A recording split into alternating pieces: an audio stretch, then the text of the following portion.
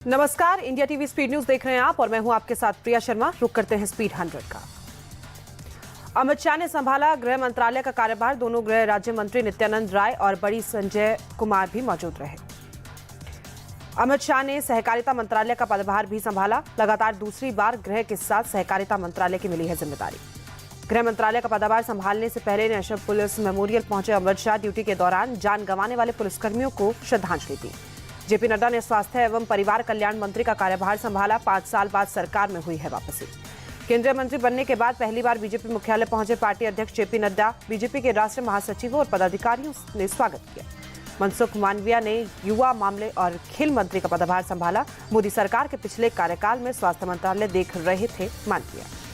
कार्यभार संभालने कृषि मंत्रालय पहुंचे शिवराज सिंह चौहान। कुर्सी पर बैठने से पहले दफ्तर में की गणेश भगवान की पूजा करने के बाद शिवराज सिंह चौहान ने कृषि एवं किसान कल्याण मंत्री का पदभार संभाला। कहा, हमारी सरकार निरंतर 10 सालों से किसान कल्याण के कामों में लगी है। केंद्रीय कृषि मंत्री शिवराज बोले, कृषि एवं किसान कल्याण विभाग मिलना मेरा सौभाग्य है। किसान का कल्याण पीएम की सर्वोच्च प्राथमिकता। साउथ ब्लॉक जाकर एस जयशंकर ने विदेश मंत्री का कार्यभार संभाला। सुबह 8 बजे ही पहुंच गए थे एस जयशंकर। पदभार संभालने के बाद बोले विदेश मंत्री डॉक्टर एस जयशंकर, फिर से विदेश मंत्रालय की जिम्मेदारी मिलना बेहद सम्मान की बात। पिछले कार्यकाल में मंत्रालय ने शानदार प्रदर्शन किया। एस जयशंकर ने G20 की अध्यक्षता को बताया बड़ी उपलब्धि। कोविड काल में वैक्सीन मैत्री आपूर्ति का भी किया गया जिक्र। ऑपरेशन गंगा और ऑपरेशन कावेरी अभियानों को भी महत्वपूर्ण बताया। अश्विनी वैष्णव रेल मंत्री के रूप में अपना कार्यभार संभाला। लगातार दूसरी बार मिली है रेलवे की जिम्मेदारी। पदभार संभालने के बाद बोले अश्विनी वैष्णव, प्रधानमंत्री के नेतृत्व में पिछले 10 वर्षों में रेलवे में बड़ा सुधार हुआ। रेलवे हमारे देश की अर्थव्यवस्था की मजबूत रीढ़ की हड्डी। रेल मंत्री के बाद अश्विनी वैष्णव ने सूचना एवं प्रसारण मंत्रालय का भी कार्यभार संभाला। सूचना एवं प्रसारण मंत्रालय भी देने पर पीएम मोदी के प्रति आभार जताया गया। हरदीप सिंह पुरी ने पेट्रोलियम और प्राकृतिक गैस मंत्री का पदभार संभाला। पिछली सरकार में भी पेट्रोलियम मंत्री थे हरदीप पुरी। केंद्रीय मंत्री ज्योतिरादित्य सिंधिया ने संभाला पदभार। इस बार टेलीकॉम मिनिस्ट्री की जिम्मेदारी मिली। पिछले 10 साल में संचार विभाग में बड़ी क्रांति, उस क्रांति को आगे ले जाने का मौका मुझे देने के लिए प्रधानमंत्री का आभार। संचार मंत्री का कार्यभार संभालने के बाद बोले ज्योतिरादित्य सिंधिया। मनोहर लाल खट्टर ने केंद्रीय ऊर्जा मंत्री का पदभार ग्रहण किया। शहरी विकास मंत्रालय भी खट्टर के पास। केंद्रीय मंत्री भूपेंद्र यादव ने पर्यावरण, वन और जलवायु परिवर्तन मंत्री का कार्यभार संभाला। लगातार दूसरी बार मिला है दायित्व। पदभार ग्रहण करने के बाद भूपेंद्र यादव ने पीएम मोदी के प्रति आभार जताया। कहा, फिर से पर्यावरण मंत्रालय की जिम्मेदारी मिलने का आभार। केंद्रीय राज्य मंत्री कीर्तिवर्धन सिंह ने कार्यभार संभाला। पर्यावरण, वन और जलवायु परिवर्तन की जिम्मेदारी मिली। गिरिराज सिंह ने कपड़ा मंत्री का पदभार संभाला। मंत्रालय की राज्य मंत्री पवित्रा मगरीचा ने पदभार संभाला। पूर्व कपड़ा मंत्री पीयूष गोयल भी मौजूद रहे। टेक्सटाइल मंत्री का पदभार ग्रहण करने के बाद बोले गिरिराज सिंह, टेक्सटाइल ऐसा सेक्टर है जहां सबसे ज्यादा नौकरी आती है। आने वाले दिनों में देश के आकांक्षाओं को पूरा किया जाएगा। सर्बानंद सोनोवाल ने बंदरगाह, जहाजरानी और जलमार्ग मंत्री का कार्यभार संभाला। लगातार दूसरी बार जहाजरानी मंत्री का जिम्मा मिला उन्हें। कार्यभार संभालने के बाद रक्षा मंत्री राजनाथ सिंह ने मिले संजय सेठ। रक्षा मंत्रालय में ही राज्य मंत्री की जिम्मेदारी मिली। मंत्रालय पहुंचकर चिराग पासवान ने संभाला कार्यभार। मारिया पासवान भी साथ रही। मोदी सरकार 3.0 में खाद्य प्रसंस्करण मंत्री बनाए गए चिराग। प्रधानमंत्री ने जो जिम्मेदारी दी है उसे ईमानदारी से निभाने के संकल्प के साथ यहां आया हूं। पदभार संभालने के बाद बोले चिराग पासवान, आने वाला समय फूड प्रोसेसिंग का ही है। ललन सिंह ने पंचायती राज, मत्स्य पालन, पशुपालन और डेयरी मंत्री के रूप में पदभार संभाला। जेडीयू कोटे से कैबिनेट मंत्री बने हैं ललन सिंह। आरएलडी चीफ जयंत चौधरी ने भी संभाला मंत्री पद। कौशल विकास और उद्यमिता मंत्रालय के राज्य मंत्री स्वतंत्र प्रभार बनाए गए जयंत। किरण रिजिजू ने संसदीय कार्य मंत्री का पदभार ग्रहण किया। प्रहलाद जोशी और अर्जुन राम मेघवाल भी साथ रहे। अर्जुन राम मेघवाल ने मंत्रालय पहुंचकर संभाला कानून मंत्री का कार्यभार। पिछली सरकार में भी मेघवाल के पास ही था कानून मंत्रालय। अन्नपूर्णा देवी ने संभाला महिला और बाल विकास मंत्रालय का कार्यभार। बोली, मैं पीएम मोदी के विकसित भारत के विजन को साकार करने की पूरी कोशिश करूंगी। प्रहलाद जोशी ने उपभोक्ता मामले, खाद्य और सार्वजनिक वितरण मंत्रालय का कार्यभार संभाला। कर्नाटक के धारवाड़ से 5वीं बार चुने गए हैं सांसद। सीआर पाटिल ने जल शक्ति मंत्रालय का पदभार संभाला। पहली बार केंद्र से मिली है मंत्री पद की जिम्मेदारी। सुरेश गोपी ने पेट्रोलियम और प्राकृतिक गैस मंत्रालय के राज्य मंत्री का पदभार संभाला। केंद्रीय मंत्री हरदीप सिंह पुरी भी मौजूद रहे। पदभार संभालने के बाद बोले सुरेश गोपी, मुझे इस मंत्रालय की उम्मीद नहीं थी। ये एक बहुत बड़ी जिम्मेदारी है। सुरेश गोपी ने पर्यटन मंत्रालय के राज्य मंत्री का कार्यभार संभाला। पेट्रोलियम मंत्रालय के भी राज्य मंत्री हैं गोपी।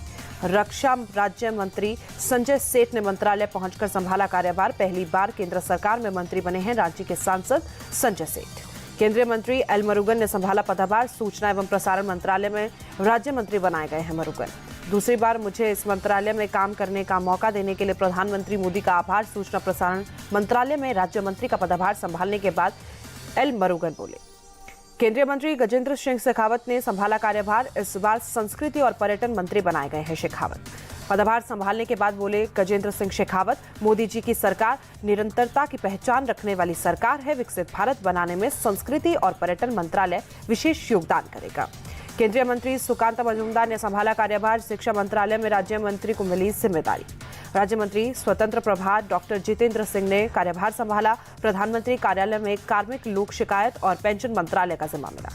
दिल्ली में भुवनेश्वर पहुंचे केंद्रीय मंत्री धर्मेंद्र प्रधान, फिर से शिक्षा मंत्रालय का जिम्मा मिला। रवनीत सिंह बिट्टू ने रेल राज्य मंत्री का पदभार संभाला। चुनाव हारने के बावजूद मंत्री बनाए गए बिट्टू। पटना में तेजस्वी यादव का बयान, कहा इस बार नरेंद्र मोदी बेहद कमजोर प्रधानमंत्री साबित होंगे। हम विपक्ष के तौर पर मजबूती से उभर कर आए हैं। केंद्र में किसी मुस्लिम को मंत्री नहीं बनाए जाने के सवाल पर बोले तेजस्वी, इन लोगों को मुसलमानों के प्रति घृणा है। विभागों के बंटवारे पर तेजस्वी यादव के बयान पर गिरिराज सिंह का पलटवार, कहा 17 महीने तक वो 5 विभाग लेकर भी झुंझुना ही बजाते रहे, इसलिए जनता ने उन्हें झुंझुना थमा दिया।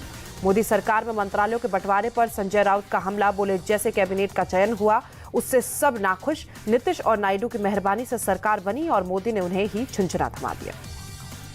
शरद पवार को भटकती आत्मा कहने पर संजय राउत का पलटवार, बोले अब केंद्र में अतृप्त आत्मा, मोदी को पीएम पद से हटाए बिना शांत नहीं होगी हमारी आत्मा।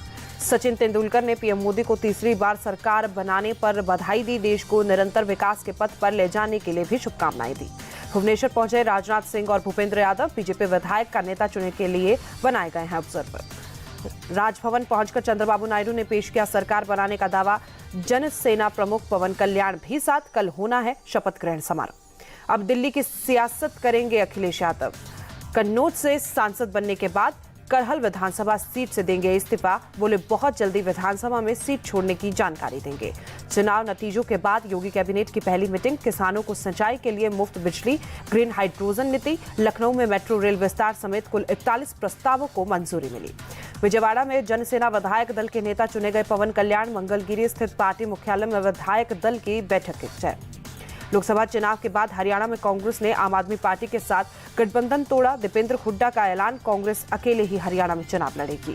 दिल्ली के सिंचाई मंत्री सौरभ भारद्वाज ने यमुना नदी से गाद निकालने के कार्य का निरीक्षण किया। विभाग के अधिकारी भी मौजूद रहे। पटना में लालू यादव ने केक काटकर मनाया 77वां जन्मदिन। आवास के बाहर समर्थकों ने जश्न मनाया। आरएसएस सर संघचालक मोहन भागवत का केंद्र सरकार को बड़ा संदेश, मणिपुर साल भर से देख रहा है शांति की राह, प्राथमिकता से करना चाहिए विचार। नागपुर में एक समारोह के दौरान मोहन भागवत ने सरकार को नसीहत दी, कहा जो काम करें लेकिन अहंकार ना पाले वही सही सेवक है। मणिपुर मोहन भागवत के बयान पर सुप्रिया सुले ने स्वागत किया, कहा सभी दल एक अच्छी समिति बनाकर मणिपुर को विश्वास दिलाएं। बिहार के पूर्णिया से नवनिर्वाचित सांसद पप्पू यादव के खिलाफ केस दर्ज। एक व्यवसायी ने 1 करोड़ रुपए जबरन वसूली कोशिश का दर्ज करवाया केस। तिरुचिरापल्ली अंतर्राष्ट्रीय हवाई अड्डे का नया एकीकृत टर्मिनल आज से चालू हुआ। चेन्नई से आए पहले इंडिगो विमान को दी गई वाटर कैनन की सलामी। जम्मू कश्मीर के रियासी में हुए आतंकवादी हमले की जांच में जुटी एनआईए। घटनास्थल पर एनआईए, एफएसएल और एसआईए की टीम ने जांच की। रियासी आतंकी हमले पर एसएसपी मोहित शर्मा का बयान, आतंकियों की तलाशी के लिए 5 टीमें गठित की गई है।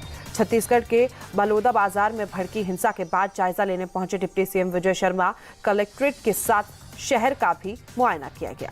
मध्य प्रदेश के धार में एक पाइप निर्माण कंपनी में आग लगी, काफी ऊंचाई तक उठ रही है आग की लपटें। मुजफ्फरनगर में नई मंडी थाना क्षेत्र के ऑटोमोबाइल शोरूम में आग लगी, आग बुझाने में दमकल कर्मी जुटे। बेंगलुरु में हिरासत में लिए गए अभिनेता दर्शन थुगुदीपा हत्या के मामले में पूछताछ के लिए हिरासत में लिए गए। दिल्ली के चाणक्यपुरी में टैंकर के आते ही पानी लेने के लिए मची अफरा तफरी, इलाके में कई दिनों से जारी है जल संकट। दिल्ली में द्वारका सेक्टर 13 में कश्मीर को लेकर लिखी विवादित लाइन, दीवार पर लिखी विवादित लाइन को पुलिस ने करवाया पेंट, मामला दर्ज कर जांच शुरू करवाई गई। दिल्ली के वेलकम में एक घर में आग लगी, आग में जलने से 40 साल की महिला की मौत, आग लगने के कारणों का खुलासा नहीं हुआ। मुरादाबाद में मस्जिद के इमाम की हत्या। सुबह 4 बजे हमलावरों ने कॉल करके बुलाया, घर के बाहर सीने में गोली मारी।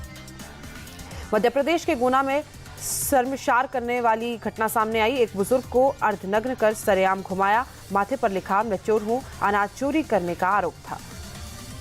ग्रेटर नोएडा में 2 थानों की पुलिस से बदमाशों की मुठभेड़, पुलिस ने गोली मारकर 3 बदमाशों को गिरफ्तार किया। ठाणे में एक डायपर फैक्ट्री में आग लगी, धू-धू कर जली फैक्ट्री। आंध्र प्रदेश के नेल्लोर में पटाखे की दुकान में आग लगी, आग लगने से 2 घायल, काफी नुकसान की आशंका। बिहार के गोपालगंज में साइबर अपराध गिरोह का भांडाफोड़, कई लैपटॉप, महंगे मोबाइल के साथ 12 आरोपी अरेस्ट। प्रतिबंधित ऑनलाइन गेमिंग ऐप महादेव के जरिए लोगों को ठगने का धंधा था। गुजरात के जाफराबाद के तटीय इलाकों में बिजली गिरी, किसान के घर में रखे सामान में आग लगी, बड़ा हादसा टला। जम्मू कश्मीर के पूंछ के जंगल में आग लगी, तेजी से आग फैलने के चलते इलाके में दहशत का माहौल। उत्तराखंड के सीएम पुष्कर सिंह धामी ने मानसून को लेकर समीक्षा बैठक की, भारी बारिश के होने वाले नुकसान को कम करने के निर्देश दिए। बड़ा मंगल के अवसर पर अयोध्या में हनुमानगढ़ी मंदिर में उमड़ी भीड़, बड़ी संख्या में श्रद्धालु दर्शन और पूजा करने के लिए पहुंचे। अयोध्या के राम मंदिर में भारी भीड़, भगवान रामलला के दर्शन के लिए श्रद्धालु पहुंचे। T20 वर्ल्ड कप में आज पाकिस्तान और कनाडा की टक्कर, न्यूयॉर्क में रात 8 बजे खेला जाएगा मुकाबला। साउथ अफ्रीका ने T20 वर्ल्ड कप में बांग्लादेश पर 4 रन की रोमांचक जीत दर्ज की। अफ्रीका टीम ने बांग्लादेश को T20 वर्ल्ड कप में लगातार चौथे मैच में हराया। अमेरिका के विदेश मंत्री एंटनी ब्लिंकन का दावा, गाजा में सीज़फायर के लिए इजरायल तैयार, हमास को करना है फैसला। संयुक्त राष्ट्र सुरक्षा परिषद में गाजा में युद्ध विराम में अमेरिका प्रस्ताव पर वोटिंग, 15 सदस्यीय परिषद में 14 सदस्यों ने प्रस्ताव के पक्ष में वोट किया। इजरायली सेना ने बंधकों को बचाने का वीडियो जारी किया। हमास के खिलाफ कार्रवाई के दौरान एक सोफे के पीछे मिले तीनों बंधक। इजरायली सैनिकों पर रेस्क्यू के दौरान हमास के लड़ाकों की फायरिंग, गोलाबारी के बीच भागते नजर आए तीनों बंधक। इजरायली सेना ने वेस्ट बैंक के फरा रिफ्यूजी कैंप का रेड की, 15 साल के एक फिलिस्तीनी की मौत हुई। इजरायली सेना के मुताबिक रेड के दौरान आतंकवादियों ने गोलीबारी की थी। जवाबी कार्रवाई में 1 की मौत, 2 लोग घायल। फिलिस्तीनी हेल्थ मिनिस्ट्री ने 15 साल के युवक की हत्या का आरोप लगाया। कहा, रिफ्यूजी कैंप पर इजरायली सेना की फायरिंग में 5 लोग घायल हुए। यूक्रेनी सेना ने रूस के एक ultra modern fighter Su-57 stealth jet को उड़ाने का दावा किया। एयरबेस पर खड़े विमान का सैटेलाइट फोटो जारी किया गया। पूर्वी अफ्रीकी देश मावी के उपराष्ट्रपति सोलोस क्लॉस चिलिमा को ले जा रहा सेना का विमान लापता, विमान में 9 अन्य लोग भी सवार थे। पाक अधिकृत कश्मीर के नीलम घाटी में एक वैन नदी में गिरी, हादसे में कम से कम 16 लोगों की मौत। अमेरिका के मियामी में एक 4 मंजिला इमारत में भीषण आग लगी। इमारत में मौजूद कई बुजुर्गों को फायर फाइटर्स ने रेस्क्यू किया। मियामी के मेयर के मुताबिक राहत और बचाव के दौरान 2 फायर फाइटर्स घायल हुए। आग के कारणों की जांच हो रही है।